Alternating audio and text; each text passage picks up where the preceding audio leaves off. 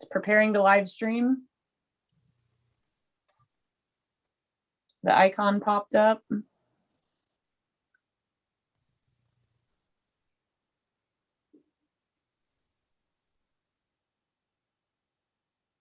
Good to go. Thank you. You're welcome. Ready? Good evening. I'd like to call to order the meeting of Bellbrook City Council. Today's date is Monday, March the 8th, 2021. Could you please join me in the Pledge of Allegiance?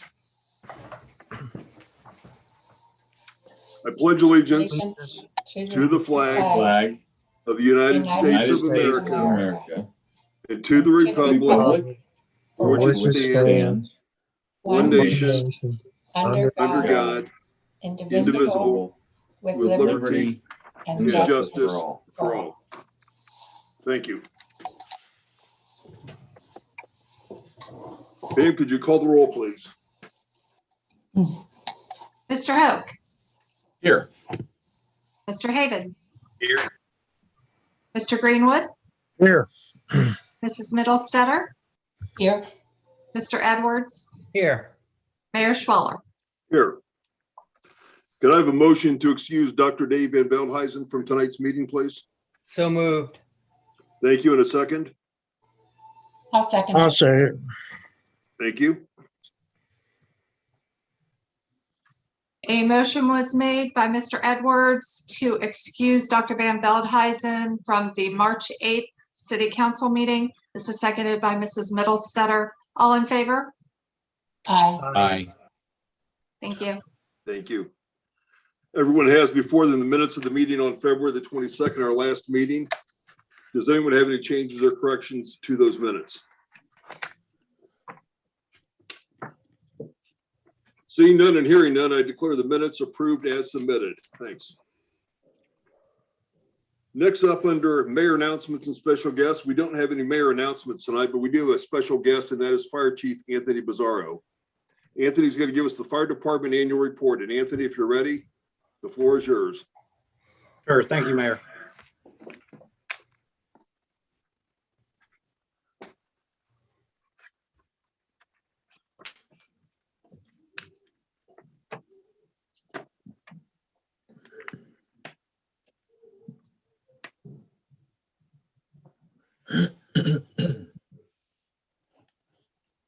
Are we good to go, ma'am?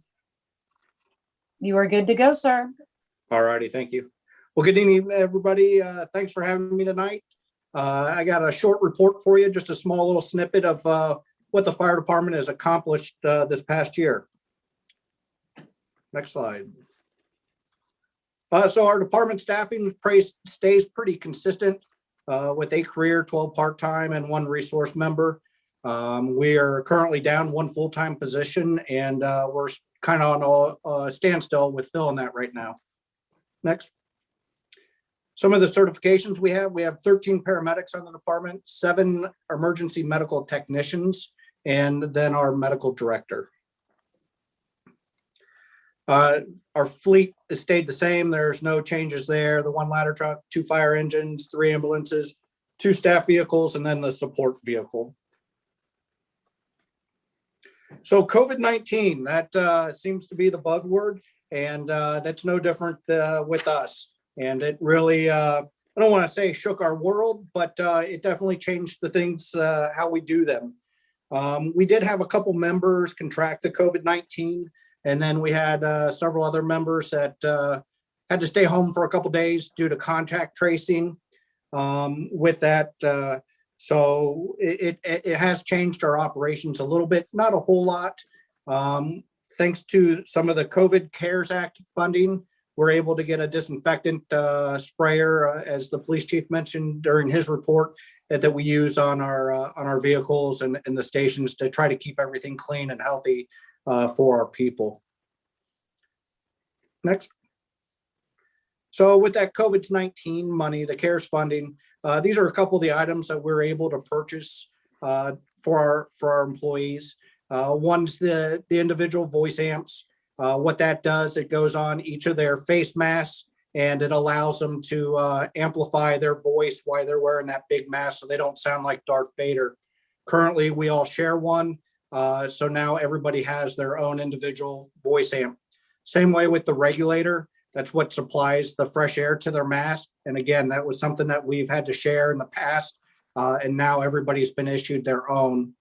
Eye protection, we got all new eye protection for everybody that is NIOSH approved and all that, along with a commercial grade gear washer that we can wash our clothes if they get disinfected. And then, like I said, lastly, we got the disinfectant sprayer. I like to refer that as the COVID blaster. The guys go out and blast the COVIDs after their calls and keep our stations clean and disinfected. So some of the accomplishments that we had for this past year, we had 3 new paramedics. These 3 members have all been on the department.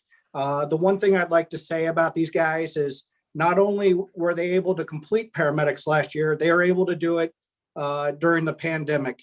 And this was quite a feast because they had to go to remote learning and figure out how to get in their clinical time at the hospitals when the hospitals aren't allowing students to come in because of the pandemic.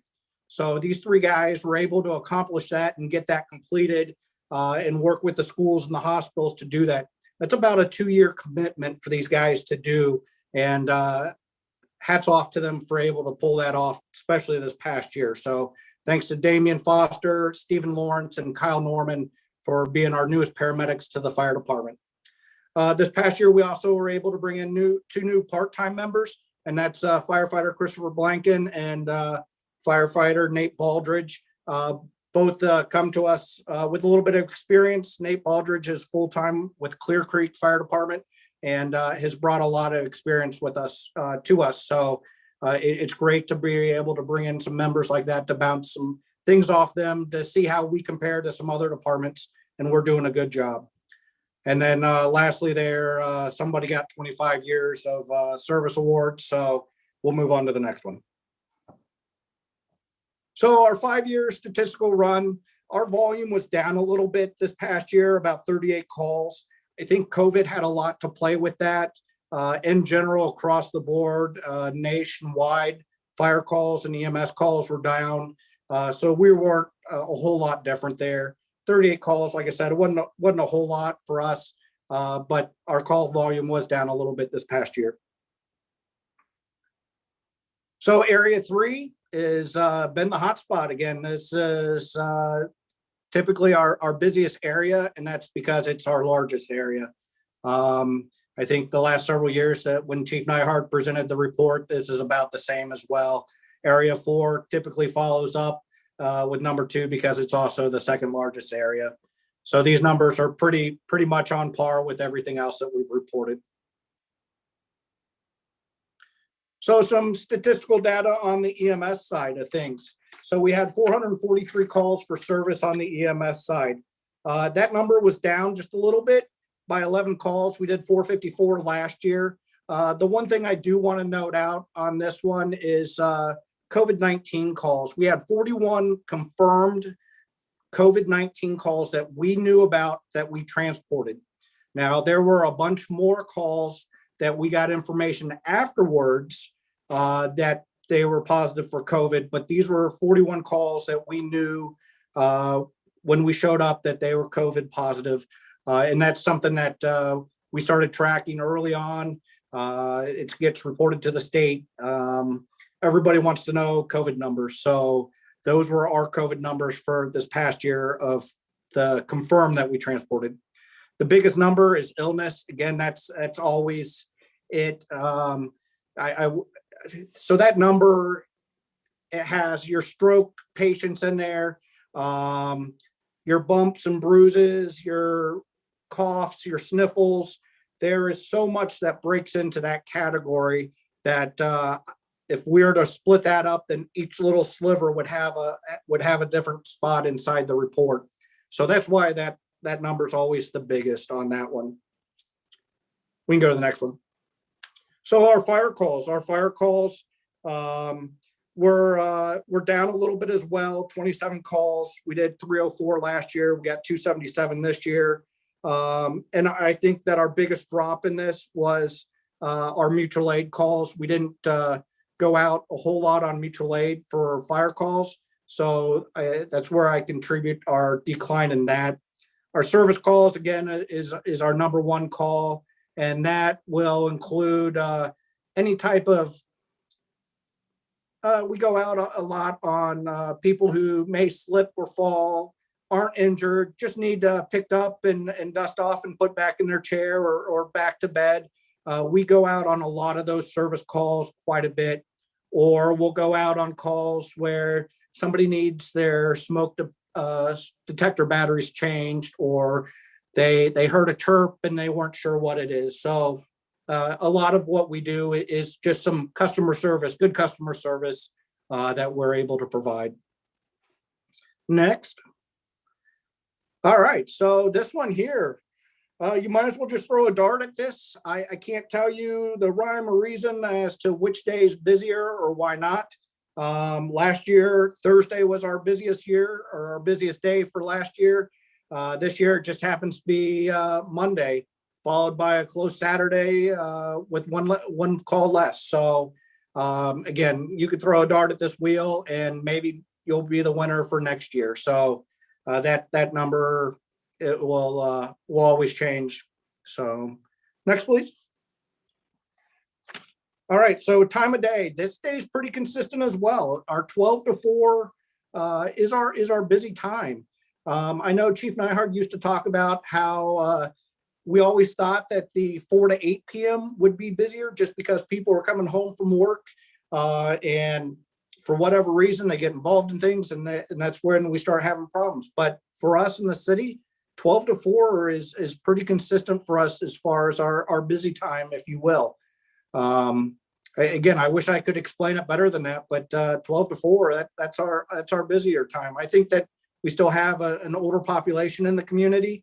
So after that, wake up, watch Wheel of Fortune, or I'm sorry, Price is Right, get a little meal in, soap operas, and then maybe we start feeling ill or whatever to cause that spike there. All right. So mutual aid. Again, we were down about 48 calls this year.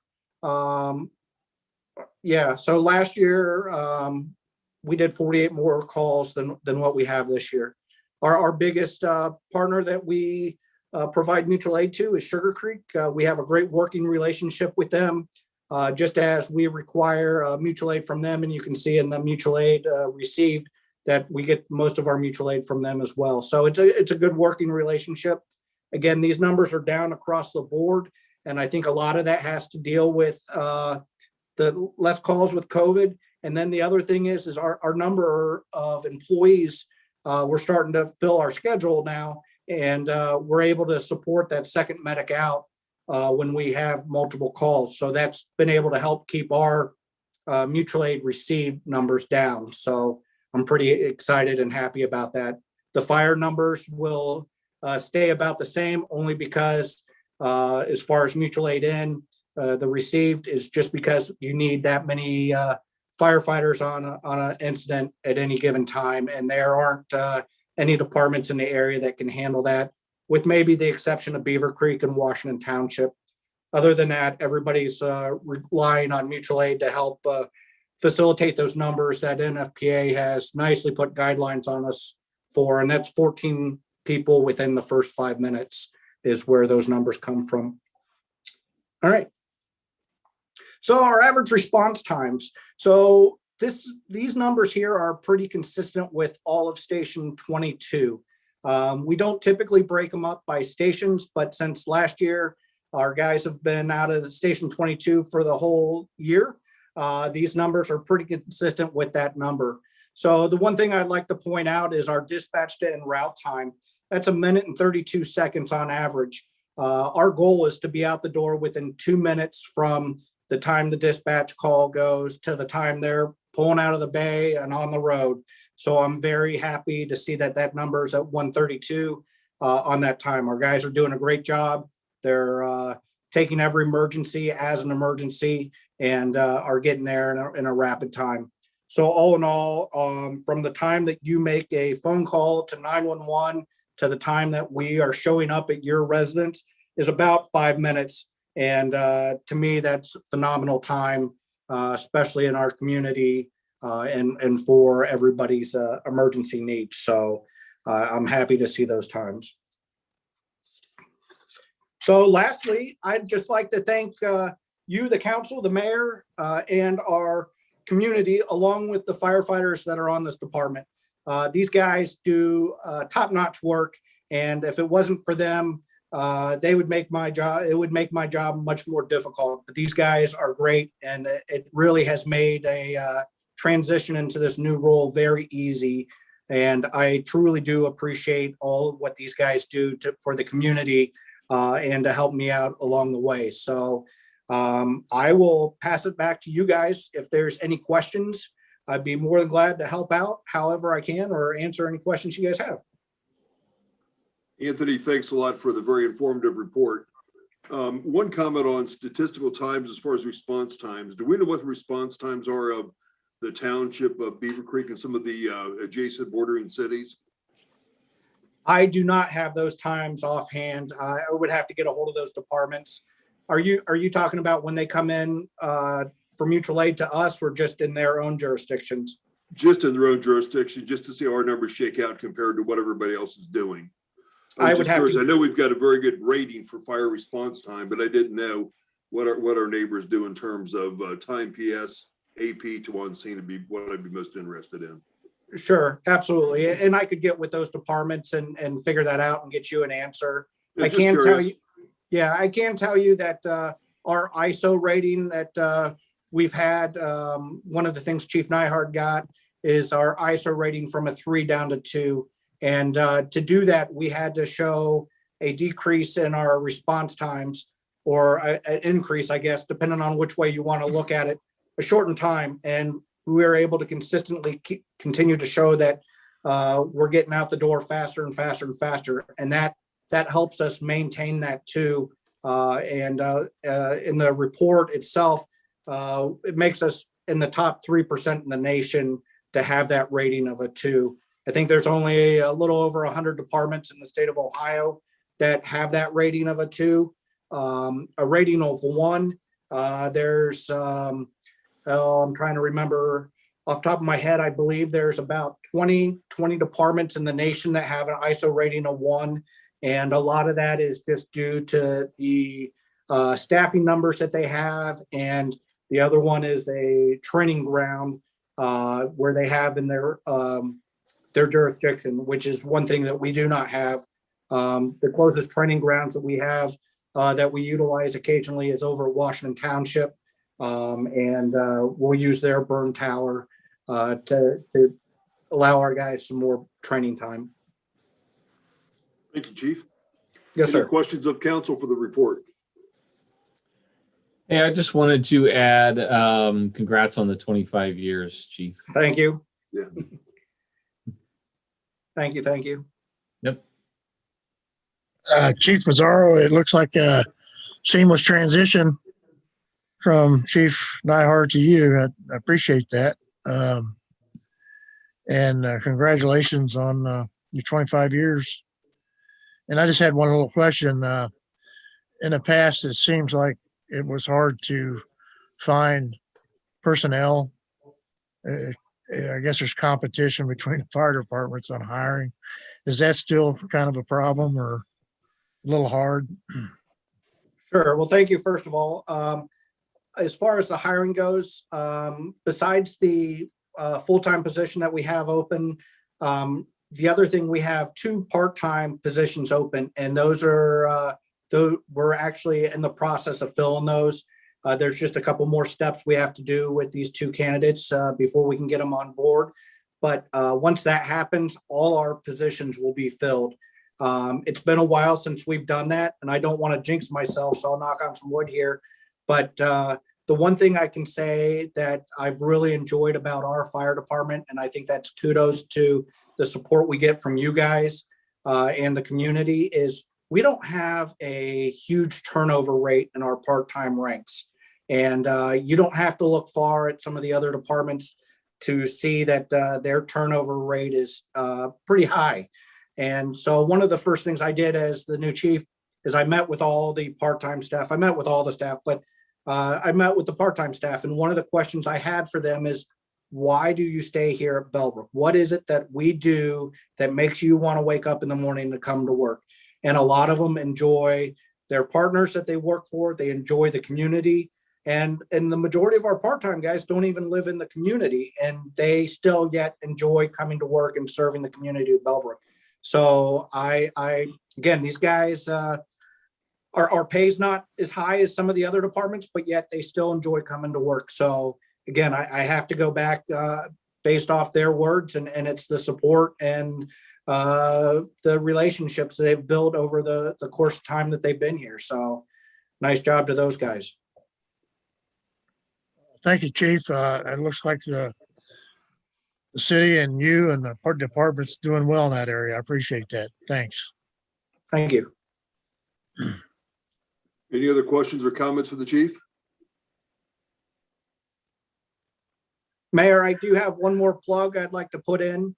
One of the things that we've done over the last 2 weeks is we partnered up with Greene County Health, and they are really working on trying to vaccinate the homebound people. And the fire department in Bellbrook has partnered up with Greene County that if there are any homebound citizens inside the community that want to get vaccinated, have them call the fire department, 937-848-3272. We'll get that information to the health department, and either a smiley face from the Bellbrook Fire Department and a health department person will probably show up at your residence and get you vaccinated, so that those that can't get out can still get that. So again, I know it's on our Facebook pages, and the police department have put it out there as well. And I didn't mean to step on the city manager, but I believe she may have it in her report as well. So we're just trying to get that word out to everybody that if they are homebound and want to get vaccinated, just call the fire department. We'll make that happen for them. Thanks, Chief. I think it's a great idea and a great program. I appreciate you doing that. Absolutely. Anyone else on council have any comments or questions to the chief? Great job. Thank you, Ann. Thank you, ma'am. Anthony. I love the enthusiasm. Thank you. Thank you. I appreciate it. Thanks a lot, Anthony. And again, congratulations on your 25 years of service. It's so nice to have been able to promote someone from within, and I appreciate doing that. I appreciate you being there for us. And thanks for all you do for the city. Absolutely. Thank you very much. And I know that the full report, the annual report, is up on our website under the Bellbrook Fire Department, just as the police department and service department. So anybody that wants to check out the full report, it's up there. And if they have questions down the road after they review it, please, I would love to hear from you and answer any questions that anybody has. So thank you again. I appreciate it all. Thanks, Chief. Moving on, next on the agenda, we have a public hearing of ordinances, ordinance number 2021-3. Councilman Havens.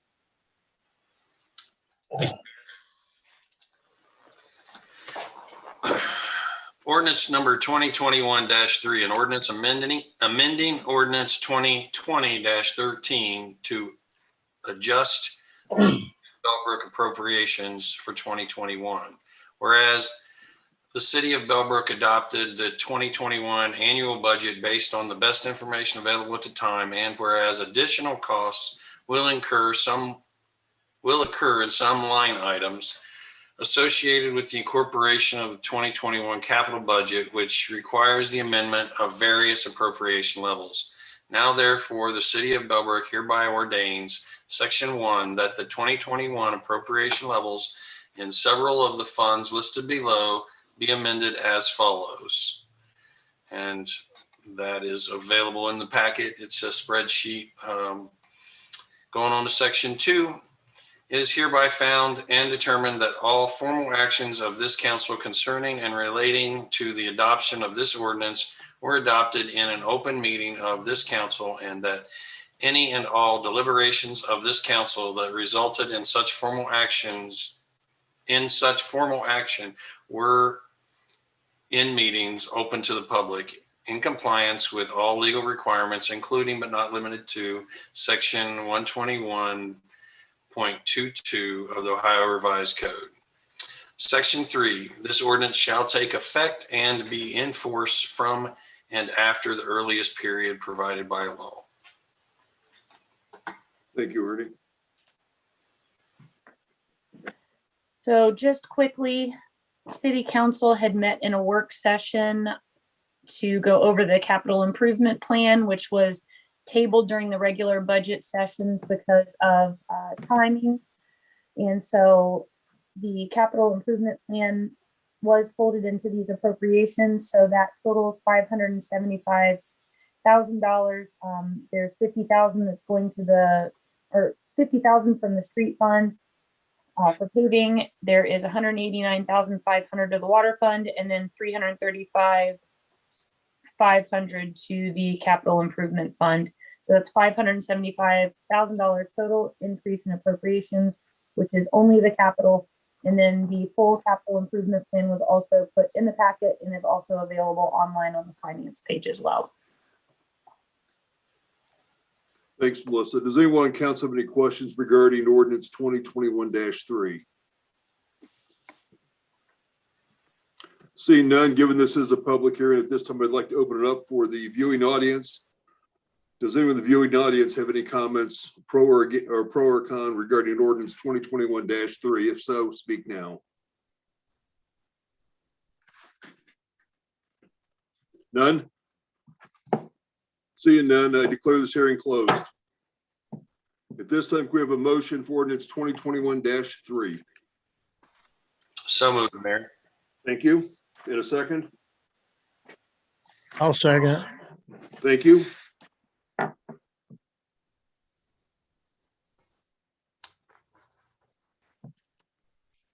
Mr. Havens made a motion to adopt ordinance 2021-3, an ordinance amending ordinance 2020-13 to adjust the City of Bellbrook appropriations for 2021. This was seconded by Mr. Greenwood.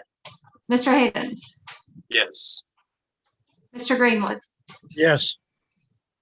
Mr. Hoke, Yes. Mrs. Middlestetter, Yes. Mr. Edwards, Yes. Mayor Schwaller. Yes, thank you. We have no introductions tonight, but we do have a resolution 2021-H. Councilman Greenwood, please.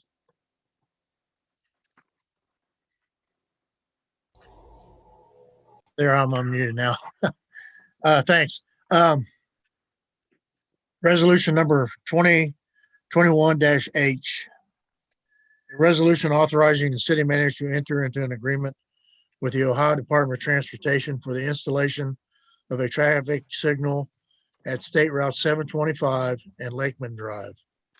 Whereas the Ohio Department of Transportation is responsible for traffic signals located on state routes, and whereas the city of Bellbrook and the state of Ohio have determined the need for the installation of an LED replacement traffic signal located on State Route 725 and Lakeman Drive in state fiscal year 2021/2022, and whereas the state of Ohio shall assume and bear 100% of all the costs of improvement, with the city of Bellbrook paying 100% of the cost of any additional features determined to be unnecessary for the project by the state and federal highway administration. And whereas the city of Bellbrook and state of Ohio find it being in the public interest to enter into an agreement for the replacement of the traffic signal on State Route 725 and Lakeman Drive. Now therefore, the city of Bellbrook hereby resolves, Section 1, that the city of Bellbrook hereby authorizes the city manager to enter into and execute contracts with the Director of Transportation, which are necessary to develop plans and to complete the above described project, and to execute contracts with ODOT, pre-qualified consultants for the preliminary engineering phase of the project. Section 2, that the city of Bellbrook also authorizes the city manager, upon request of ODOT, to execute any appropriate documents to effect the assignment of all rights, title, and interest of the city of Bellbrook to ODOT arising from any agreement with its consultant, in order to allow ODOT to direct additional or corrective work recover damages due to errors or omissions, and to exercise all other contractual rights and remedies afforded by law or equity. Section 3, the city of Bellbrook agrees that all right-of-way required for the described project will be acquired and or made available in accordance with current state and federal regulations. The city of Bellbrook also understands the right-of-way costs include eligible utility costs. The city of Bellbrook agrees that all utility accommodation, relocation, and reimbursement will comply with the current provisions of 23 CFR 645 and ODOT Utilities Manual. Section 4, upon completion of the project, and unless otherwise agreed, the city of Bellbrook shall provide adequate maintenance for the project in accordance with all applicable state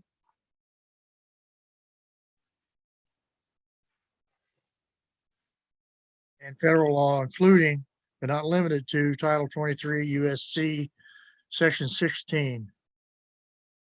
Number 2, provide ample financial provisions as necessary for the maintenance of the project, maintain the right-of-way, keeping it free of obstructions, and hold said right-of-way inviolate for public highway purposes. Section 5, that this resolution shall take effect and be enforced forthwith. Pretty straightforward. Thank you, Forrest. That was a mouthful. It was. Thank you. Melissa, could you give us some background on what's going on here? I don't think we've heard this one before. No, because this actually popped up kind of last minute because ODOT reached out because they realized that this traffic light is the city of Bellbrook as well as Sugar Creek Township there.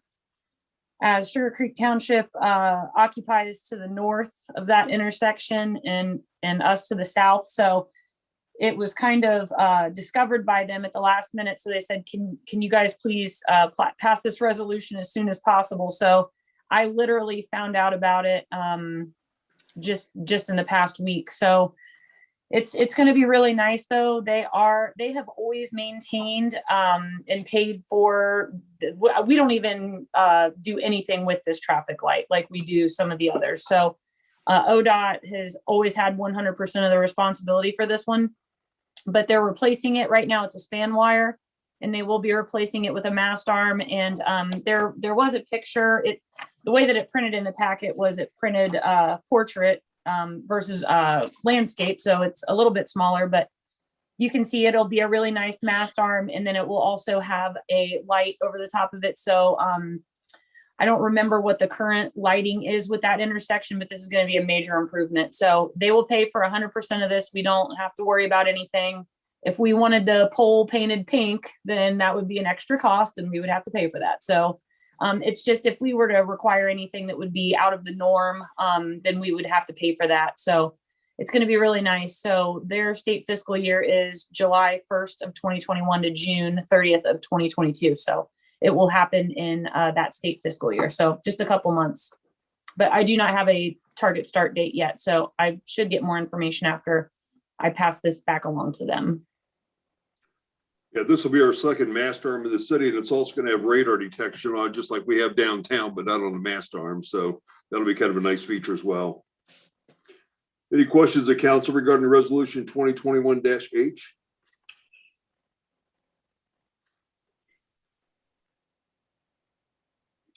Seeing none, can we have a motion, please? So moved, Mayor. Thank you. And a second? I'll second. Thank you. A motion was made by Mr. Greenwood to adopt resolution 2021-H, a resolution authorizing the city manager to enter into an agreement with the Ohio Department of Transportation for the installation of a traffic signal at State Route 725 and Lakeman Drive. This was seconded by Mr. Havens. Mr. Greenwood, Yes. Mr. Havens, Yes. Mr. Hope, Yes. Mrs. Middlestetter, Yes. Mr. Edwards, yes, Mayor Schwaller. Yes. Thank you, Pam. Moving on, the next item is old business. We have a 2021 city goals update by the city manager. Okay, so it was requested when the city goals were established that there be a high-level goals update in March. And so I did prepare that for this evening. Basically, there were 11 goals that were outlined by city council. And so what I did was I put them all in a one-page document that states the priority, the goal, the status, and the projected completion date. And so the goals in the discussions were never really prioritized, but they really needed to be in order to make my life a little bit easier. And so I have met with all of the council committees and had discussions about all of the goal items that are associated with the various council committees, and have a firm understanding of the work that is ahead of me and the rest of the staff. So that all played into trying to fit these things into the different priorities and trying to assign projected completion dates to some of these. So some of these are a little easier to accomplish, and some of them are much more complicated. So I could go through all of these, or I mean, the document is in the packet, so I will do whatever council would like to do, but work has begun on everything with the exception of a code enforcement plan. We have not started that. Everything else has been started, and one goal complete, which was the reinstituting of the quarterly community meetings, because that first meeting will be March 22nd, which is before the next council meeting from 5:30 to 6:30. So one goal complete with having that scheduled, and then 11 to go, 10 already work is starting, and one has yet to be started. So that is my high level goals update. If anybody would like more detail, I can certainly give that. So I'll leave it up to you guys as to what you would like to hear. Melissa, could you give us a little bit of an update on the Little Sugar Creek Road project? I know we're getting it ready to start our rainy season, and if there's any problems, knock on wood, we have none, but now may be the time. I just wanted to know how far along we are with regards to the borings and where we're going to go forward on that. So actually, in the safety committee report tonight, there's going to be a recommendation to council to move forward with the borings for Little Sugar Creek Road. So because that was not in the budget, it was in the budget for 2020, but I didn't put it in the budget for 2021.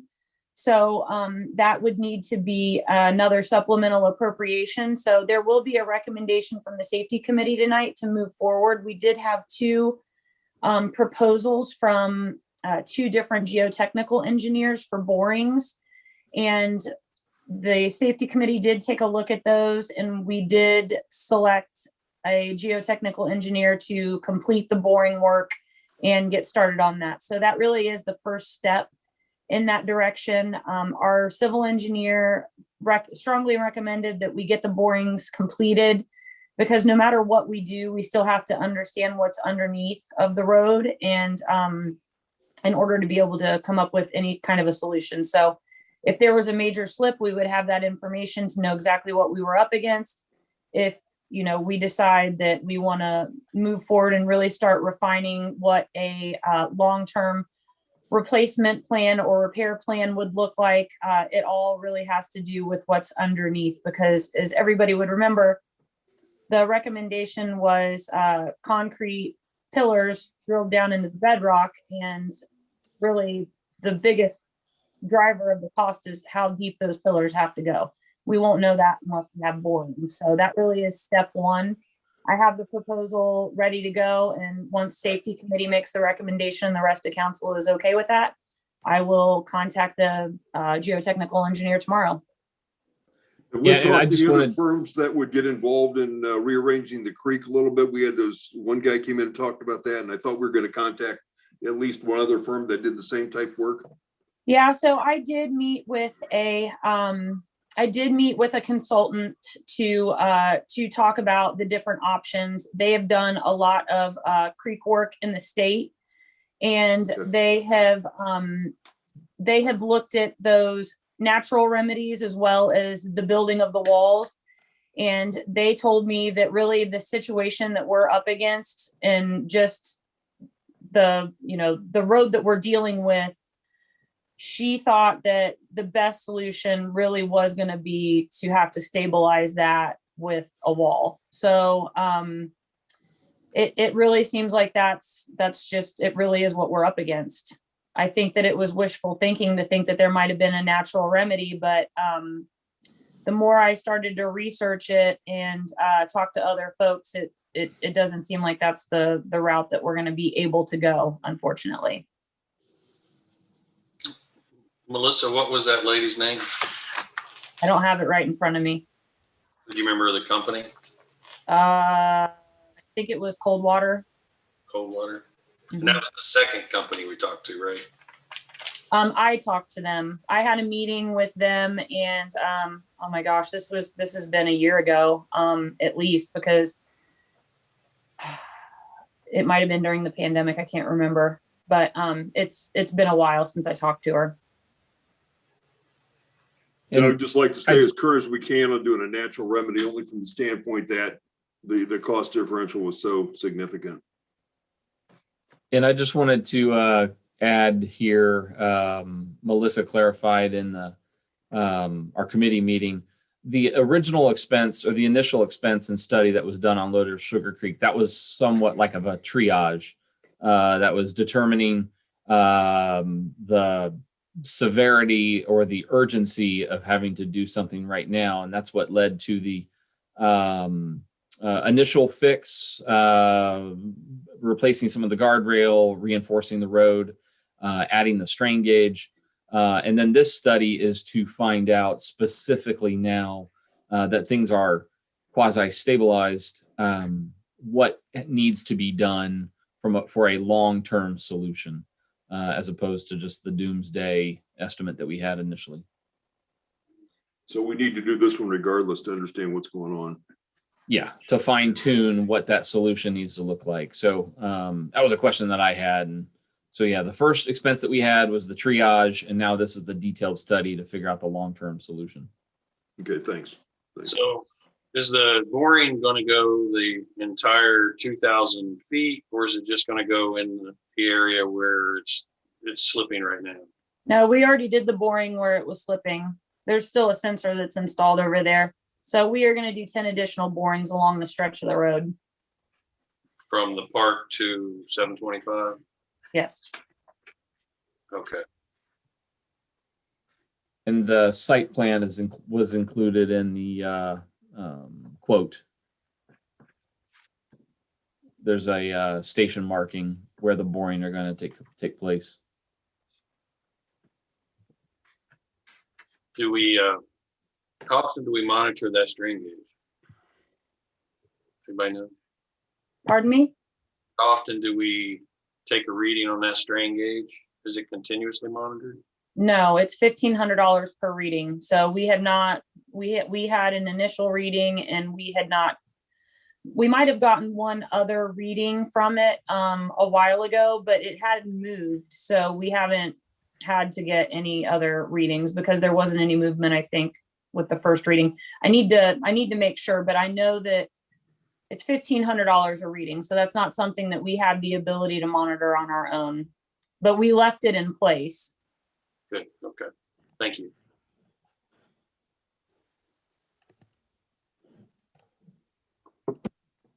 I'd just like to make one comment, Melissa. When you briefed the chamber meeting, there was a lot of interest in the bridge in Little Sugar Creek. So I think it'd be beneficial if we keep the info flowing. That's all I have. I had a question, Melissa, just to clarify for the walkability, the crosswalk and sidewalks. There is a project completion date of September 1. Is that completion of the contract being issued, or is that anticipated date for the work to be done estimated? So that's not for the work. That's for all of the preliminary engineering and the cost estimates.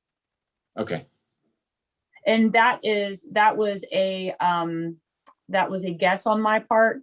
I'm sure that I'll have it before that, but that was just a placeholder for me. Okay. I just Well, wanted and to for you clarify. all as well. Okay. And then on priority number 11, code enforcement plan, who are some of the stakeholders that you wanted to have involved in that? I'm just trying to get an understanding who that needs to be coordinated with. So that is obviously needs to be coordinated with staff, and we really need to sit down and start having conversations and figure out where to start, how and how to wade through this, because it's basically going to be myself and staff, honestly. Okay. I didn't know if you needed any help. If you do, let me know. Thank you. Yep. Melissa, I do have one question just to kind of clarify status versus completion. So take for instance, number 10, the Community Improvement Corporation. The status is you're collecting necessary information for a formal decision. Are you anticipating that formal decision to be made by the end of the year? Or is that something that you have, like, I'm trying to just understand that for sure. So I actually have a separate document in the packet about the CIC. So those kind of go hand in hand. So it seems after individual discussions and group meetings, such as council meetings and work sessions and things like that, that there's still a lot of questions in terms of how this is going to work and how it's going to function. And so I need to collect more information, which is in the CIC report that will be going over here in just a few moments. So I'm with you on that. I was just really trying to understand the formal decision in that line. Is that formal decision, do you anticipate that to be by December 31st? Or is it something you're just working on to get a decision on sometime in the near future? You know what I'm saying? well, since I'm so unsure of when it could happen, I just put December 31st on there because I really don't know when it could happen. And the goals were for 2021. So I just put the end of the year as a placeholder in there just because I really am not sure when that could happen, honestly. Okay. Thank you. Mm-hmm. And Ernie, we'll keep that front of mind. I know last time we had it set up for an hour to talk about it, and that quickly became 45 minutes, give or take, with all our log-on times, but we'll get it back out there to kind of move forward. Once finance comes back with some recommendations and thoughts on it, we can kind of keep the ball in play. Absolutely. Even on the topic of really just trying to understand if the formal decision was something that was when we were thinking of that. So, All right. all right. Any more questions or comments on the city goals update?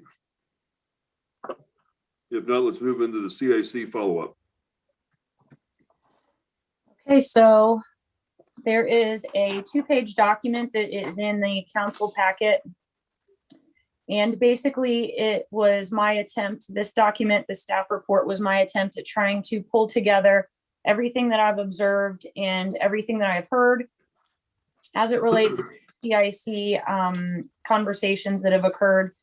So there is just a quick overview, but then I did note all of the discussions that have taken place just for reference with the various council meetings and work sessions. And then the finance committee also met on March 1st as well. So there have been so many conversations around this and so many questions and, concerns and just a need for more information that have been expressed by a number of council members that I tried to really compile that into kind of 3 points that I feel really need to be addressed before I think that everybody would feel comfortable with making a formal decision on the CIC, which that really boils down to establishing the purpose and the need, and then identifying the financial need and funding sources, and then the function of the entity.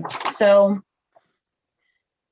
in the next steps section, I have kind of outlined what I see needs to happen next in terms of gathering information and being able to present that to council, finance committee and council as well. So outlining the purpose, understanding exactly what it's going to do is very important. Forming a mission statement and objectives, at least some sort of a loose guideline for consideration, and then setting realistic expectations of the function of the board. So that's really number one. Then identifying a project for the CIC to facilitate. I know that the finance committee did talk about possibly putting the garage located at 12 West Franklin, which is in between Heatwave Pools and Key Bank, maybe possibly putting that in as the first project. So we need to firm that up to figure out if that makes sense and if that's the project that we want for the CIC to facilitate to be the first project. And then establishing firm figures and budgetary items the entity will need for the first year. So figuring out the legal filing costs of the 501c3 entity. And then there would, since this is another public entity, there would need to be a compilation of financial statements and then the costs associated with audit. So those are fixed costs that we know will happen and that we will be able to plan for to be able to establish those numbers. And then once we know kind of what we're up against, then we can try to establish or identify a funding source for those. And then creating the draft of the articles of incorporation. So one of the big pieces of that is figuring out the board and how many people are going to be on the board, because it has to be at least 5 people, with at least 2/5 of the board being elected or appointed officers of the city. So with that being said, those are kind of that. This is my observation of all of the conversations that have occurred and kind of my outline of the next steps and the way forward from here and the work that I feel needs to be done in order to prepare for the next conversation.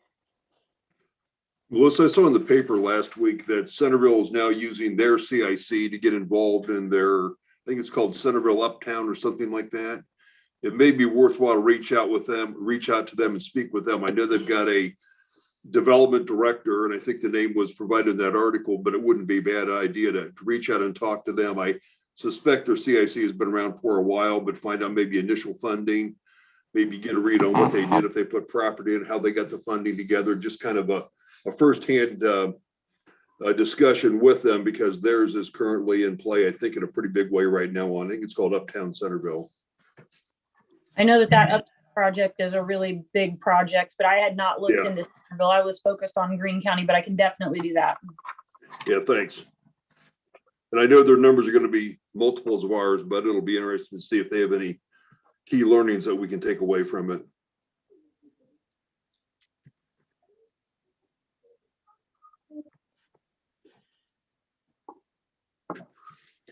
Any more discussion to council? Thank you, Melissa. I think that this all looks really good. Thank you. Thanks, Melissa. Now, Melissa, I hope you're ready to talk some more, because we're moving right into the, I guess, new business for a minute. I'm sorry, I was moving ahead too fast. Under new business, we got an item to discuss to proceed with the electric vehicle charging grant. And this is another Melissa one. Yep, this is another Melissa one. Okay, so as you all recall, I had brought this to council back on September 14th. So the Miami Valley Regional Planning Commission was organizing all of the member communities to be able to write a grant to the EPA for electric vehicle charging stations. So they were basically acting as a resource, and they pulled all of the interest from everybody and did some site visits, and they actually put the grant paperwork together and submitted it to the EPA. So when this was first presented to us, it was sold as this is going to be a $15,000 grant. for charging station, and it's going to cover 100% of the costs. And so when I asked for the support from council to throw our hat in the ring for this, we had to have a letter of support to MVRPC. And then after we did that, we got the quotes. And so there is one company called EV United that is quoting all of these for the entire state. And the quotes were over the $15,000 that we thought everything would be contained within. So with that being said, there was 2 charging stations that we had went out for consideration for this grant for. One was at the library and one was at our city building. And the grant award was supposed to be, I think, published back in like January or February. It's been really delayed. It came out on Thursday at like 4:30. Who got the grants out of the MVRPC application. And we received the 2 charging station grants. So the library went over by $5,000, and maybe it was a little bit more. And ours at the city building was going over by $7,000. So I scrambled because this has been very delayed, like I said, in the announcement of the award. And then they say, well, we need to know if you want to proceed in 5 business days, which is the 11th. So I talked to the library, and the library this was not something that they were interested in doing, because it was the thought that the library would, facilitate the station that is in their parking lot. It would be tied to their electric meter, and they would be able to charge for it. That is not something that they are interested in doing. So we are scrapping the library location because of that. So that leaves us with the municipal building. So there is a quote in your packet. There were 2 quotes because I didn't know that the libraries was getting pulled until it was too late, and I did not want to have Pam pull and reconfigure the packet. So the municipal building, we would have to pay $7,000 to have this thing. And it's 1 charging station, so it's 1 unit, but it charges 2 cars at a time. And some of the costs that are associated with this quote just are questionable to me. I initially thought that we would be able to donate some in-kind services by having our service department work on some of the installation work. And then we ended up figuring out that that would be above and beyond and not come off of their installation, which, made it a little harder to digest myself. So with that being said, one unit, 2 chargers, can charge 2 cars, and it comes with 5 years that are paid in here, 5 years of coverage, which covers the parts and labor and includes station management and all that. And then software and all of that is included in this. So we would be able to charge. You have to charge as part of this. You're not allowed to give it away for free. So where we are right now is we have to let them know if we want to proceed with this. So I feel really bad because the understanding, like the details really started to unfold after, it seemed really awesome. It's going to be charging station, 15,000. It's going to pay for everything. We can get this thing for free. Let's put it in. We can make some money off of it by, charging. And now we're $7,000 behind the 8 ball, and that's walking into it. So I just want to know how council would like to proceed with the library tabling theirs. it's just, it's kind of a hard pill for me to swallow, honestly. I hate to give up free money, but Yeah. it's also quite a chunk of money that we would have to spend. And it also, I really wish that this grant program would allow us to select our own vendor. The fact that we have to use this one vendor when I know that there are many out there that do the same exact thing, just to be able to compare pricing, and we're not able to do that, I think is another hard pill for me to swallow. So I have to tell them how we want to proceed. And then we would engage in like a formal grant award and agreement and things like that. We're not there yet, obviously. So we just have to tell them how we want to proceed. If we do not proceed, then they will just, they will fund projects that did not get funded. Yeah, Melissa, I agree with you. I think that at break even, if it was no cost to us, it'd be nice to have to put in there. I think it is still a nice to have feature. I'm not sure it's something we need. Have we had a lot of requests from the public to have electric charging downtown? No. Yeah. I And think I it's would- awfully early in the process. I think we can get a better deal later as it becomes more popular. Did they, I agree with Elaine. I think if we went out and looked at other vendors, we might be able to work out something where our service department would be able to help with the installation and the maintenance and everything else. And, I mean, I support electric automobiles and I like those charging stations. But to Elaine's point, we're just not at the point where it's a critical mass of our residents saying, hey, there's no place to charge my vehicle in Bellbrook. And And to expect us to turn around on a dime like that, no, it's that's unprofessional. I don't like that whole scenario. it just seems like too, it wasn't what they really advertised. I don't know. I don't want to sound skeptical and negative. I mean, it is a grant, but a lot of this stuff is like extended warranty stuff. I mean, it's like there's a company somewhere who's doing this who's going to be making a lot of money. So. so Melissa, did they give you any idea of what kind of revenue it might generate per year? Well, I mean, they have no idea. They could not give us any kind of a estimate on that. And we wouldn't even know where to start, because we would have to set the rate, and then it would depend on, you can charge by kilowatt hour or time spent sitting plugged into it. I mean, we would be able to establish those things, but we don't know how much it can make unless we know how many people are actually going to use it.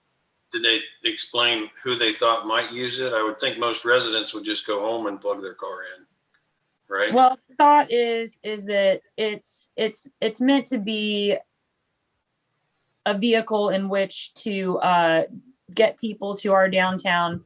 They're tied up for X amount of time charging their vehicle. The thought is that they're going to walk around and they're going to spend money, and it's gonna be a benefit to your downtown. So it's just it would mostly be visitors. So the way that these things work is they're connected. It's connected to an app, and then the navigation in the cars that have this technology and can take you right to them. So, if somebody needs a charge, they're getting a little low, they're far away from home, they can swing in, hook it up, walk around, go have lunch, buy a cup of coffee, spend money in the community. That's really what it's meant to do. But so it's too hard to tell how much we would actually make off of it, because we really don't know how much it would get used. Okay. I mean, it might make sense. It could make sense for the city if all of our city vehicles were electric. Because then we could justify the cost and savings and the cost of putting it in. But we're not at that point yet. We may never be at that point. I don't know. I shouldn't say never. I'm sure we will be at that point someday. I have problems with the way it was presented. I was at the Maya Valley Regional Planning meeting when they presented this, just like they presented it here. And it's kind of like the bait and switch right at 5 days before they want to, make a decision, everything changed. And I know when I purchased things, if I dealt with something like that, I'd run. So I just don't like the way it was presented. And the cost too, I mean, these things are all over the country now. They're just an extension. It's another circuit to a building, basically. And I just don't see that kind of money at all. I say we pass it up for this time. I agree. Same here. They have a fee for $900 for some signs. Seems pricey. Yeah, that's hard to swallow. So is everyone on council good with passing up that grant money right now at this time? Yes. Oh, Yes. yeah. Okay. Thanks. Thank you all. Okay, next up under new business, general fund levy renewal.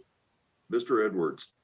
Thank you, Mayor. In everyone's packet, there's a letter from David Graham, our Greene County Auditor, advising us that our current expense levy expires in 2022. So we have to decide as a group tonight is when we want to put a levy issue on the ballot. And we discussed it at Finance Committee meeting last week, and we wanted to get the consensus of the entire council. I don't think we all really decided at the council at that Finance Committee meeting, but our options are this coming November or May of 2022, or even November of 2022. I think all of us felt that we didn't want to wait till the last minute. So November 2022 was probably not the best option. We probably also need to decide, how much of a levy you want to put on. We always want to do a renewal, which is what I think we should do. I don't know. There's an appetite for raising people's taxes right now. So I think what we really need to decide tonight is to discuss which election, 2021 November or May 2022. And also we got early, I don't know if everyone saw this, but in our packet I have a spreadsheet of how much money the city gets from this levy, and it's $226,039. So with that, does anyone have any questions, or Melissa, did you want to add anything to that? Nope, just need direction in terms of how we plan for this. But I agree. I think a renewal is the smartest decision on this one. I would agree with that. And I'm kind of leaning towards November of 2021. Just in case it doesn't pass, we have another chance in May. I agree with you, Elaine. I agree with that too. The only thing about November 2021, several of us will be on the ballot. And if we're going to get this thing passed, we better campaign for it, to push for it pretty hard. One of the reasons the November 17th or November 2017, the general safety levy did not pass is I think we had very weak support from council on it. And I think we just weren't totally directed. We didn't act in unison on the whole thing. And I'm not sure, who did what, but I know that it was a very limited effort on council's part. And I think that was part of the reason why it did fail when the margin was relatively small. So if the goal is to put on this November, then I think we need to make sure everybody in council's on board that we're going to have to do a push. And that may be knocking on some doorbells and things like that and talking to some folks and get a little bit more active in the game. I know last time we put some signs out, we did go door to door for the 2018 fire levy, but for the safety, not so much activity. And I think you can look in the files, Melissa, but I think Mark's got some stuff in there, what he spent, who he had to direct campaign, and we did put it all together, but I don't think we had a huge push. I think we could have pushed a little bit harder to just get through that 2 or 3% of the gap. I totally agree. I agree too, Mike. I think, this would be maybe a little bit different because we're not asking for additional monies, but still the environment is such where if you start reminding people about taxes, you may get some objections. But yeah, I think council needs to be actively engaged and united on getting it pushed through. So my thoughts are, whenever we're united and we're willing to jump in the game, 100%, then let's go for it and see what happens. Do these funds go into the general fund? Yeah. Yes. Okay.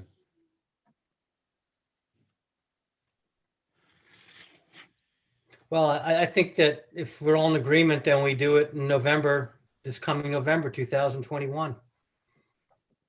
When would we start marketing or campaigning for it?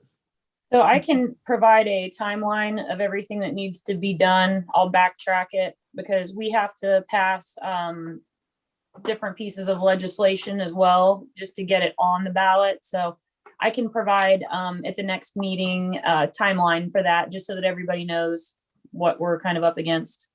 Don't we Okay. have to identify like a non-council, non-city person to sort of Yep. run the campaign? So we need to think about that too. Mhm. And So get is it theirs- pretty much unanimous? Everybody wants to be on the ballot in November 2021?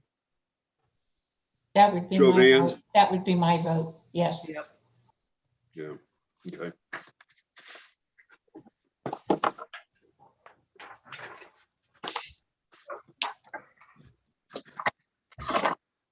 Okay, moving on. City manager report. Okay, so Anthony, our fire chief, Chief Bizarro, he gave his annual report tonight. There is a link in the packet that is will take you to our website for the full report. It's also on the fire department's homepage in their news section, so you can find the full report there. If anybody wants it emailed, I can email that out too. But just for the broader public, that's how you can find it. So let's see. The police department hired a new administrative assistant, Christine Floria. Today was her first day full time. She spent a couple of days with Nicole before she left. So Nicole was able to pass the torch, which is always really nice when that is able to happen, so that we've got some continuity there. And Nicole has been really great. She offered to, help come meet her in the evenings and do anything that she needs to do. So that's really awesome of Nicole. So Christine Floria is also, she also works part-time for the chamber as well. And so she's a Bellbrook resident and we're really glad to have her. So welcome to Christine. I did have in my report something that Chief Bizarro mentioned, and it is the vaccinations for homebound residents. It's worth mentioning again if anybody did not catch that at the beginning. So Greene County Public Health is working with our fire department.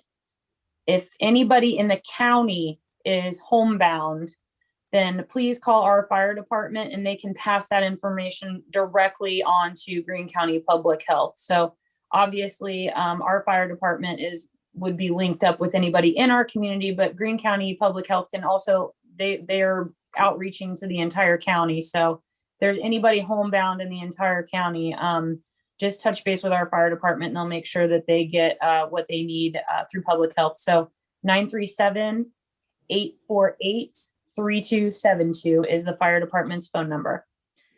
The 2020 financial statements and audit have been going on for a while already. Financial statement compilation is getting pretty close. We're just waiting on another month to close to be able to have all of those final figures. Auditors showed up today and they've been on site. They were on site today and they'll be there for the next 2 days as well. So they're coming in, asking questions, pulling stuff like crazy. So this is a super hectic time. The community leaders meeting, as mentioned, is before our next regular council meeting, 5:30 to 6:30. So it's going to be held via Zoom. All of the township trustees are going to be involved. Only one school board member will be involved. And I had not heard from the Parks District how many of their commissioners might be involved. So just stay tuned on that. But Pam has already set up the webinar. We have the link available. Township trustee Carolyn DeStefani, she had mentioned it in the chamber meeting this past week, and they asked for the link to be shared with them, which I did. So we may have some, especially with Zoom, it's a lot easier for people to participate in meetings like this, or at least listen in. So I have a feeling that, typically there hasn't been much public participation. I shouldn't say participation, but public kind of interaction with the meetings, so to speak. So there will probably be people logging on to see just, what's going to be discussed at that meeting. So that is going to be happening. So we will be coordinating that. And since we are hosting, then we get to do all the technological stuff, or at least Pam does. So that'll be fun. That's it for me. Melissa, have we talked to everyone about if they want public input, or we're going to give the public, we only have an hour to speak, and we're going to have probably our 7 + 3 + 2. I mean, it's going to be a pretty big crowd. And what we've done before, and I think the best way to get started is basically let everyone on council and everybody in the township, everybody in school board who attends, kind of give the elevator story, the quick introduction, a couple minutes, something like that, just very brief, and kind of go through the whole thing. Then we'll kind of bounce it back and forth as far as who has, comments from the floor. And maybe we can even get some prearranged topics from township, parks, and school boards, things they would like to talk about. And then we can kind of rotate out and see once. But if we bring the public, and I'm not sure how much time we'll have for everybody else to talk, but we should probably mention if we want to do that or not. Yeah, I think that if you let the public speak, I mean, we're so boxed in anyways. And if you try to say, everybody gets a minute or 3 minutes or whatever, and there's, 15 people in there and everybody wants to ask a question or make a comment, that could really eat up quite a bit of time. Just personal opinion. Could be hard to manage. Has it always been limited to an hour in the past? Pardon me? Has it always been limited to an hour in the past? Yes. Yeah, it has. Generally precedes one of our regular meetings, either township or city. If they would have something more extensive, we would just have to pick a different night to do it. We've always done it before the township meeting or before the city meeting. And quite frankly, it's been, it's been an open forum, and we've had very few participants, although it seems like people do tend to participate more in Zoom than in person. Would there be a way of asking for topics that somebody wants to see addressed without them actually participating, but something that they want us to address? That's probably a good idea to do that in advance. And maybe we can get the talking points from the parks and school board, and then we can find out, just open up to the public if anybody wants to have a topic discussed or, commented on, at least give us the topic in advance. Good point. I would think that some of the items would be how we can have common things to work together on to improve, the whole area. Yeah.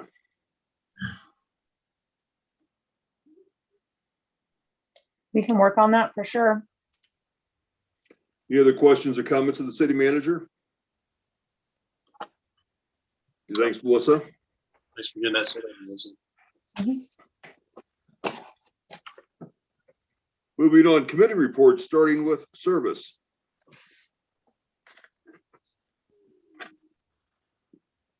Mute thing again. Thank you, Mayor. Space bar, think space bar. 3rd of March, Service Committee met to discuss the city goals that were assigned to us. That was myself, Councilman Hoke, and Councilman Van Heldhuizen. That was a committee. The 2 proposals were presented by the city manager, which we support moving forward. The Service Committee recommends the approval of $12,950 for engineering and cost proposals for crosswalk and sidewalk additions, and $18,000 for moorings on Little Sugar Creek Road to further study it. We would like the city manager to add these into the 2021 budget. And comment on the sidewalks, I think it's way overdue. Not only it enhances walkability, but it will enhance safety.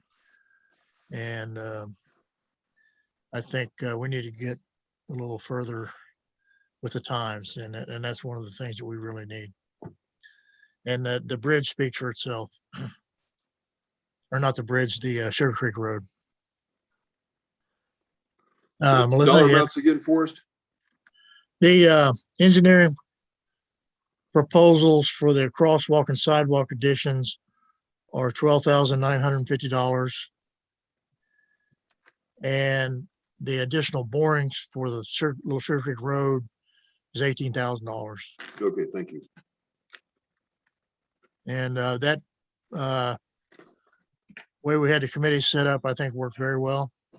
We had time, we asked a lot of questions, we brought up a lot of ideas.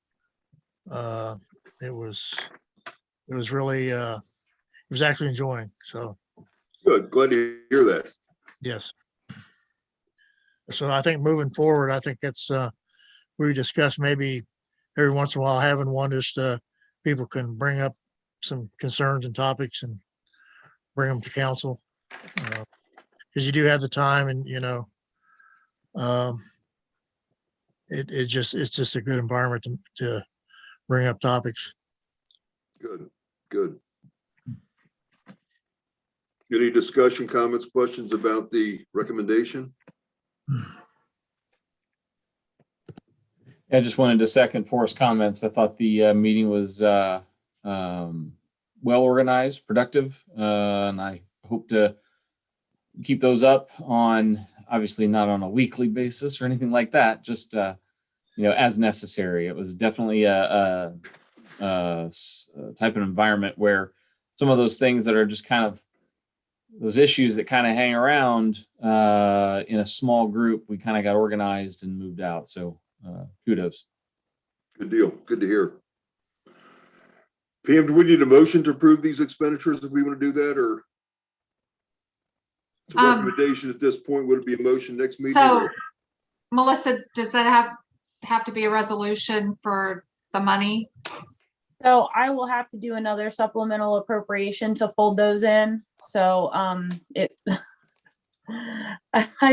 I would have known, I could have done it all together, but the timing, of course, we just passed on one supplemental and now we're going to do another one, but it'll come by way of supplemental appropriation.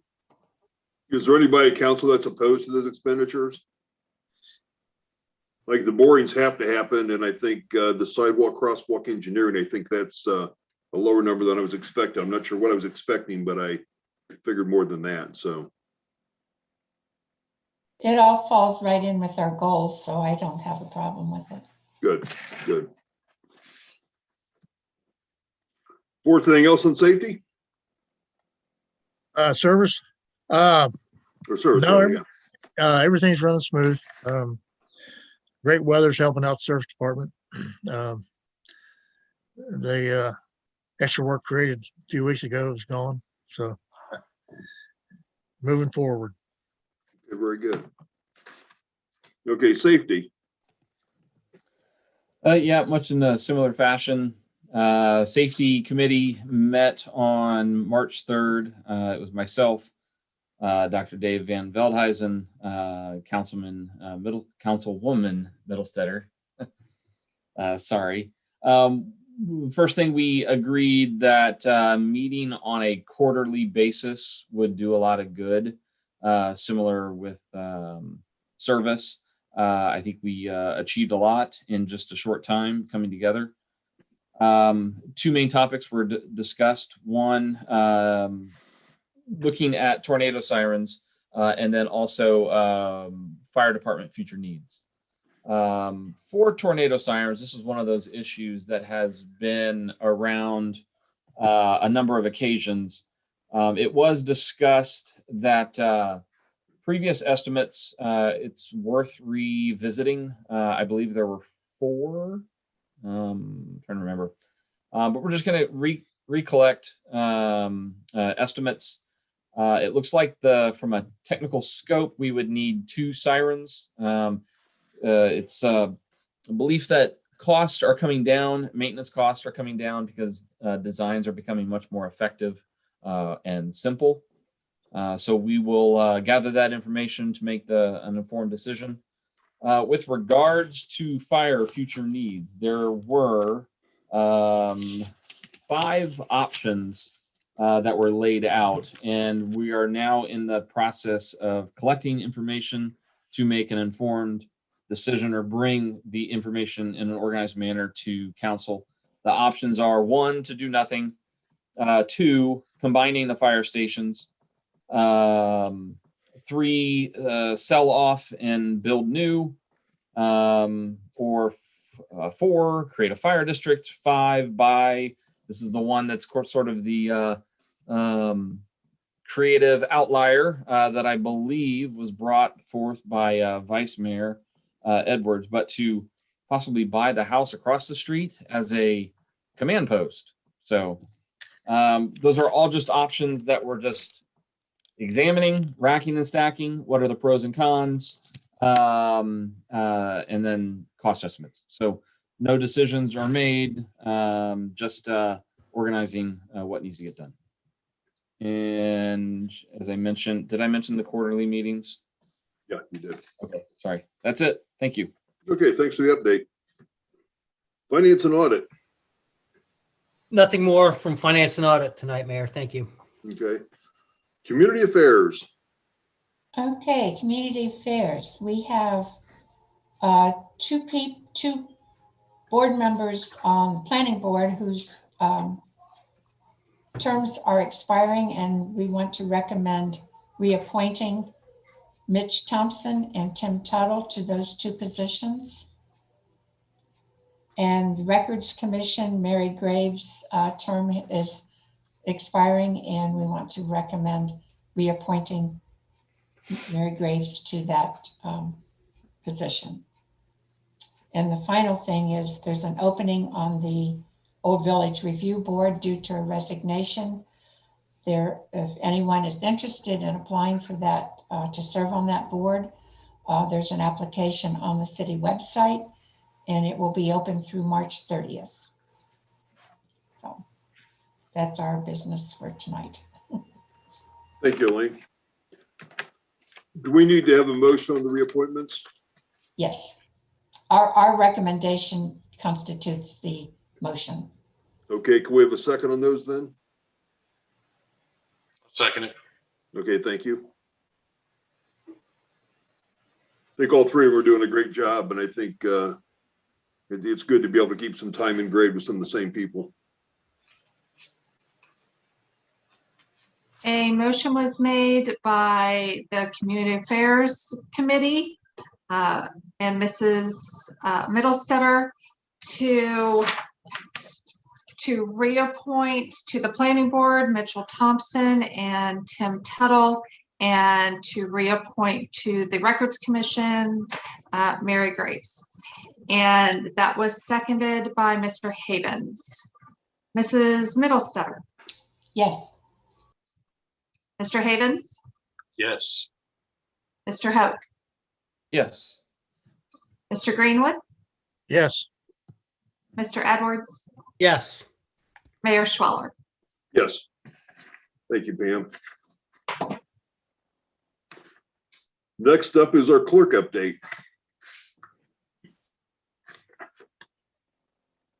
All right. I have it under two different things. Well, anyway, pretty much you only heard the only two upcoming things I think Melissa covered, and that is before the next meeting, which is on March 22nd, will be the quarterly community leaders meeting. It'll go from 5:30 to 6:30. We are hosting it on Zoom. Also on that night, we will have the final annual report presented, and it'll be for planning and zoning.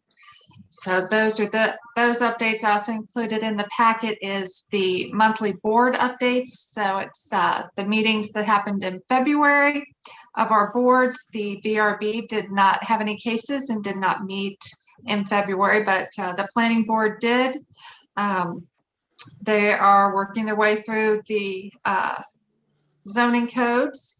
They approved changes to the section 1822 for trailers, commercial, semi-trailers and trucks, and 1823 recreational vehicles. Those have been sent to the municipal attorney, and when we get those back, they'll be coming toward council. They also started their first time reading through the accessory structures code. The BZA PRC met on February 16th. They had a variance that they approved for an accessory structure at 4184 West Franklin. And there was also discussion of a PRC appeal to a violation at 129 West Franklin Street. And they are also they're reviewing the property maintenance code. So we had some discussion on that.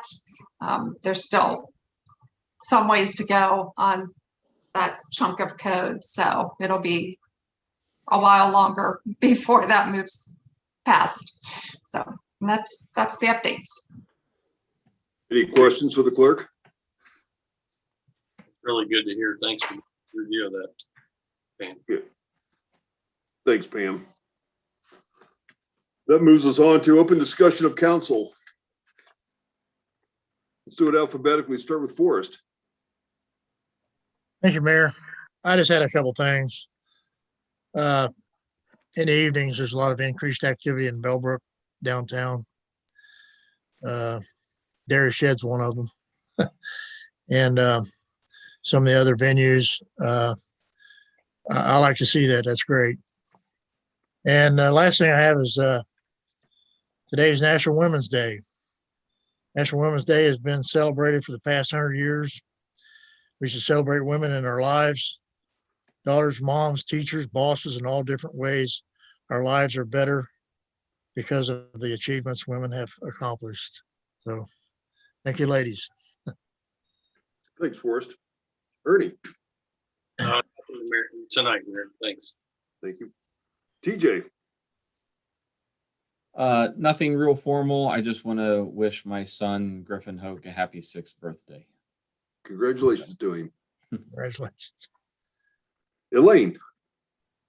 I too noticed that the dairy shed was open, so I said, yay, spring is here.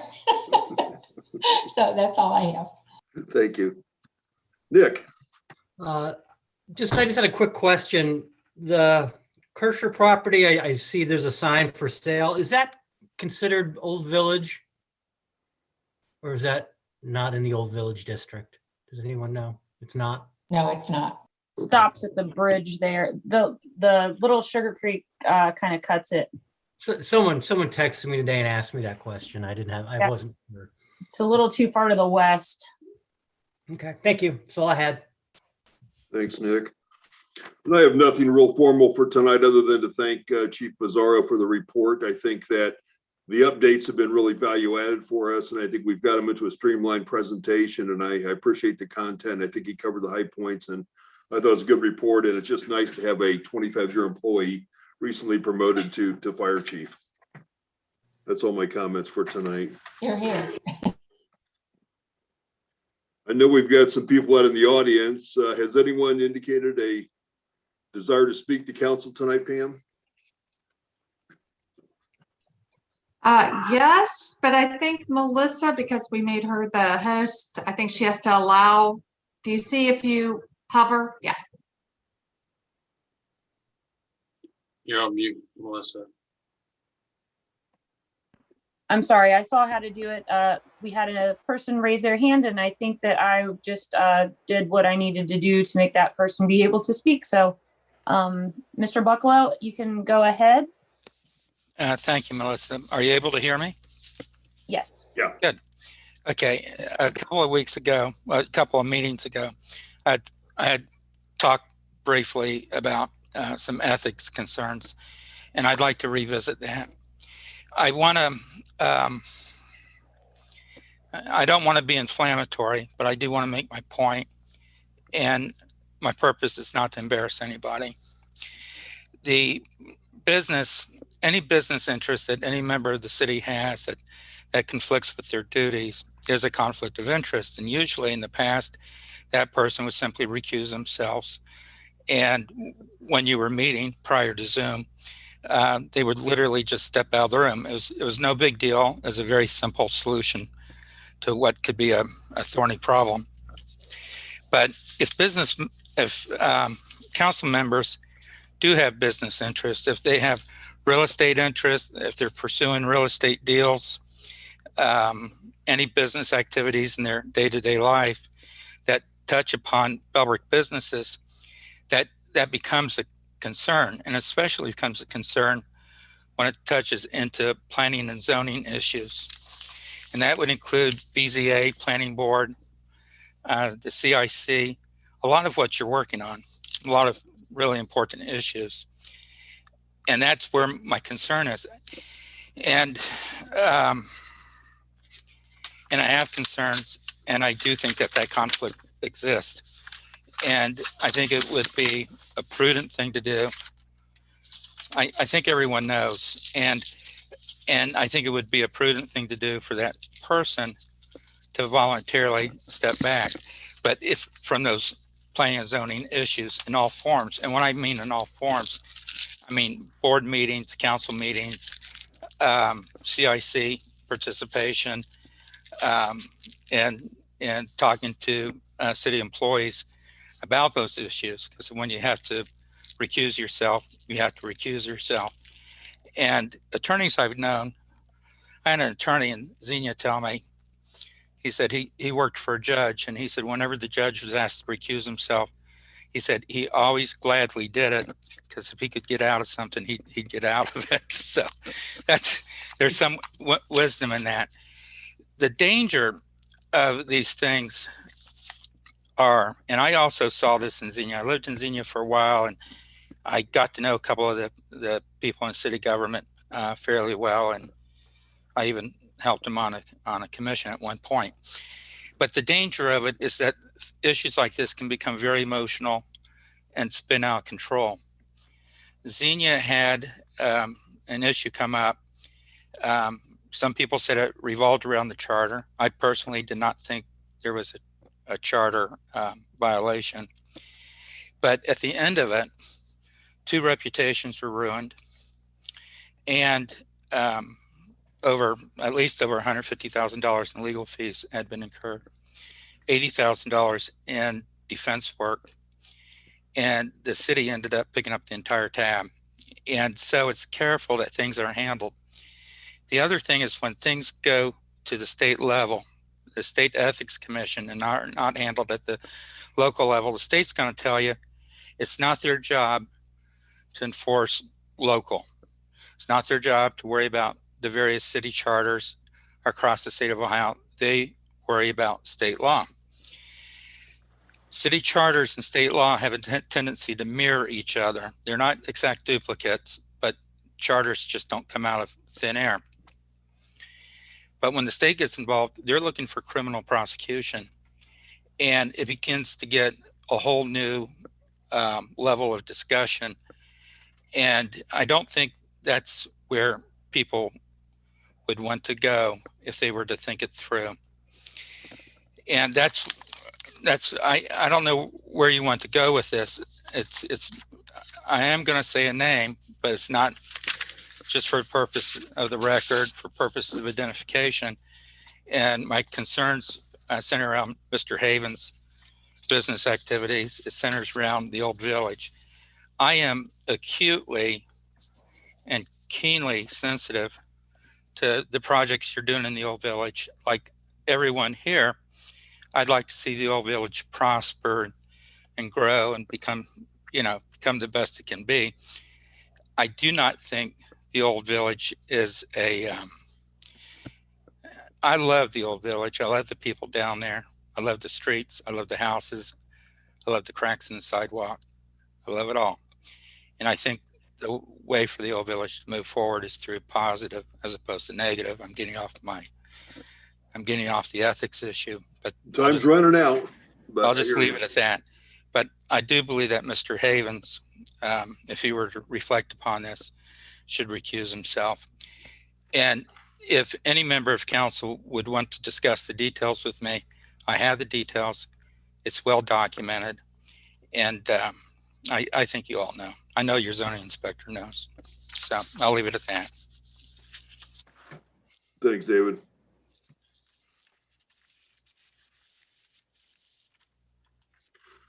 Melissa, do we have anyone else in the viewing audience who wants to speak this evening?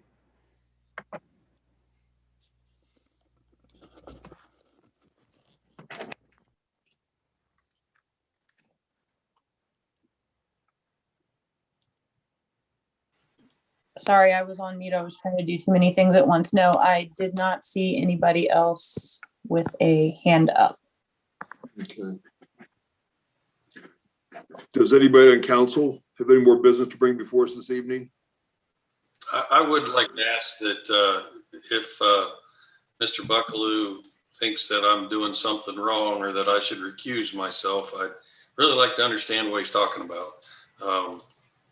Not sure how we go about asking him to do that, but certainly I'm not aware of what he's talking about. So Mr. Bucklow had raised his hand again. I don't know how you want to handle that, Mayor. If he has a quick response, I think the question was raised to him. I think Ernie would like to get an answer to the question, so let's allow it back briefly. Okay, Mr. Bucklow, I think it's going to ask you to unmute. Okay, it's a fair question. I do think you're in violation. To be clear, I don't think it's trivial. I don't think it's minor. I don't think it's technical. I'd be happy to share that information. When I came to the first meeting, I asked if there was a process, knowing that there probably wasn't. And you received a legal opinion from the city attorney, but it didn't describe a process. What the city attorney did, he described 2 sections of the city charter. And not being rude, but that's not, it really wasn't helpful. And a process would have a step 1 or step 2 to it. That's it. I mean, people can call me. You could set up an ethics committee, members of your council, or you could ignore it. The thing is, if it gets ignored, it's not the way to handle it because things escalate. And in all fairness, like I said during the first time, if it's determined that there are no violations, then you deserve to be said that deserves to be said. But I sincerely believe there are serious conflicts of interest, and I'm not being mean to you, but I really think it's in everyone's best interest, including yours. I'm serious, Ernie, to recuse yourself. I'd just like to know what I'm recusing myself for. Well, you have a magazine, you sell ads. According to the Ohio Ethics Commission, every one of those ads you sold is a point of contact, is a point of potential conflict of interest. So, like my dentist buys an ad from you. If that shopping center has a zoning issue or any issue before the city council and it affects them, then it affects you. The other thing is I've had people tell me that they've been approached for ads and did not buy ads. And even if they've been approached and did not make a purchase, that creates a potential conflict. The entire thing with the DART properties, I'm not here representing DART, he can represent himself, but the entire thing from the DART properties, from what I've been told is you've made efforts to either purchase those properties yourself or to represent an investors group to purchase those properties, and you express specific interest in 2 of his properties, one being the hardware store, which you aggressively fought to have strict zoning applied to, and the other one being up where the subway station is, which I saw the text message you sent to the zoning inspector. And it's just, I don't think it passes the test, and I don't think you're the one to do it. We have zoning inspectors, we have a city manager, we have a staff, and while there may be differences, they don't have a conflict of interest, and I think, frankly, that's their job to do anyways. I don't think it's the council member's job to go around enforcing that. And there are others, and when I say I have details, I'm not the only one that's been working on this. There have been other people in the community who have been working on it. They're smart people, they're intelligent people. They're very professional, and they're very thorough. And there were at one time a lot of discussions between Bellbrook people and the State Ethics Commission about the situation. And I think what people did was they waited, hoping that it would go away, that roles change, that people kind of mature and they grow into the roles as city council members. But I don't think that's going to happen. And maybe that was a mistake. Maybe it should have just been addressed. I don't know how to address it. And like I said, I don't want to be inflammatory. This doesn't have to be like Xenia. Xenia was nasty, and I'm trying to avoid that. I know how it was handled in the past, but you're probably not interested in, the council probably isn't all that interested in the past, and I can understand that, but it needs to be addressed. Yeah, city charter sections that apply. The city has ordinances on conflicts of interest that I think apply. And I really think the best place to handle it is at the, I keep saying it, but it's really at the local level. And, you know, David, what's the process, you know? Yeah. David, thanks for the input, but I mean, this matter now is before us. I understand that.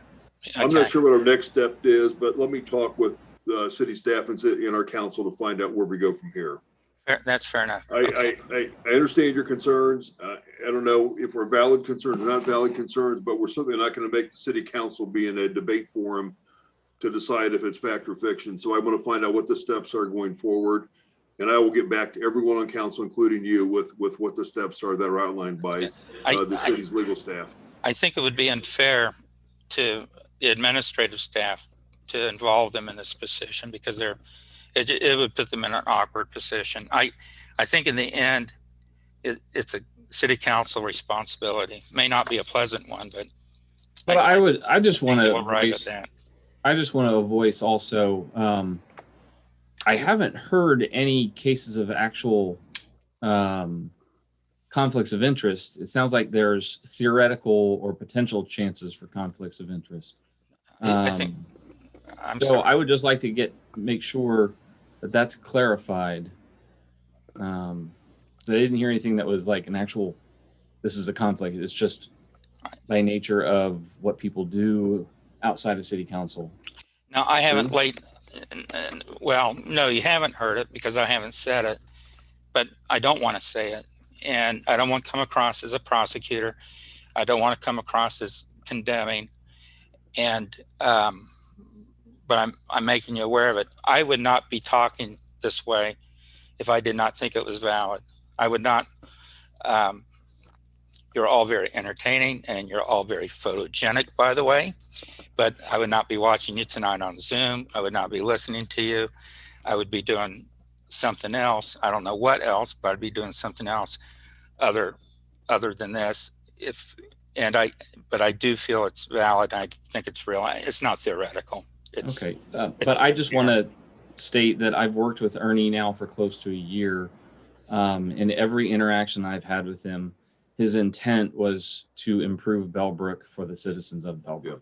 Oh, I believe TJ, I appreciate that. I don't want this to become a forum to discuss the merits. I will involve the deputy mayor and myself. We'll go out and we'll seek with council. We'll find out what the steps are and see where it goes. Again, in all fairness to everybody involved, I would appreciate we might not make this forum a debate to discuss whether or not what he's saying is true or false. I don't know. Yep. We'll identify the process, how it goes. This is new territory for me. I've not been here before. We had talked before. We did get a letter from legal counsel. I think you guys saw it. I sent it on to Dave. It did not give specific steps. It talked about sections of Ohio Revised Code and also the Bellbrook Charter that were relevant. And I presume we'll hear something more about those, but we'll find out if in fact there's a process or steps to do at the local level. Is that agreeable to everybody? I would like to say, not to get in a debate, but just to answer the questions, I have not made any vote on any property downtown. I have, as far as the accusations that have surfaced tonight, I still am completely unaware of anything I've done incorrect or out of order. I have not filed any complaints. So I'm not sure where this is coming from, and it seems completely baseless. Okay, well, again, we'll find out the process to see where we go from here. And if we could not debate it on the meetings, I just don't want to mess it up with everything. And we have a lot of good stuff moving forward, so maybe we can keep that going. But Dave, your comments are well taken. Ernie, your comments well taken, as well as yours, TJ. Anyone else in the viewing audience care to speak tonight? Does not appear so. Okay, seeing none. Is there any more matters to be brought before this council by any member of council? Seeing none, I declare the meeting adjourned. Thank you and have a good evening.